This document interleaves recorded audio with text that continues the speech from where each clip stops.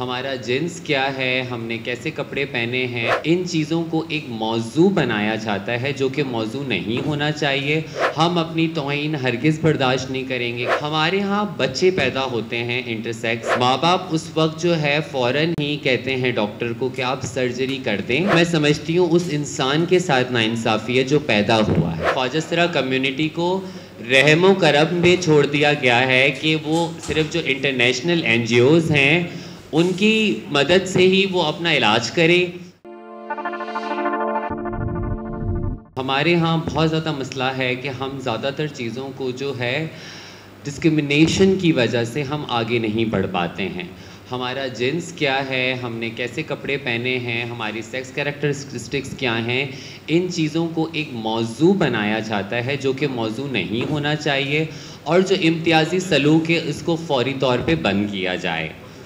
ہمارا مطالبہ ہے جب بھی خواجہ سرا کمیونٹی کی بات آتی ہے تو ایک میڈیکل چیک اپ شروع ہو جاتے ہیں۔ ہم اپنی توہین ہرگز برداشت نہیں کریں گے۔ آپ 5 ڈاکٹرز کا بینچ بنائیں اور اس میں ایک مولوی کو بھی بٹھا دیں جو ہمیں جج کرے کہ ہماری جنس کیسے ہوگی۔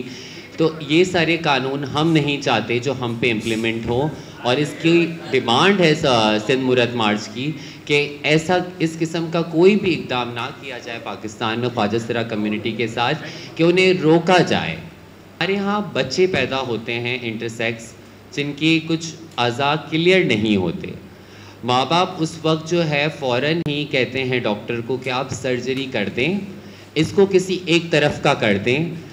جو میں سمجھتی ہوں اس انسان کے ساتھ ناانصافی ہے جو پیدا ہوا ہے۔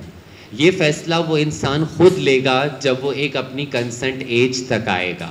معاشرے سے بچانے کے لیے سم ٹائمز ایسی سرجریز، ہمارے پاس بہت کیسز ایسے آئے ہیں کہ بچپن میں بچہ پیدا ہوا اور اس کو زبردستی لڑکا بنانے کی کوشش کر دی گئی۔ جب وہ بڑا ہوا تو وہ تو اپنے آپ کو ایک عورت آئیڈینٹیفائی کر رہا تھا، اور اس سرجری کی وجہ سے اس کی پوری زندگی تباہ ہو گئی۔ تو ماں باپ سوسائٹی کو کے پریشر میں آ کے اگر یہ سب کرتے ہیں تو اس کو ایک قانونی حیثیت ہونی چاہیے کہ ان سرجریز کو بین کیا جائے۔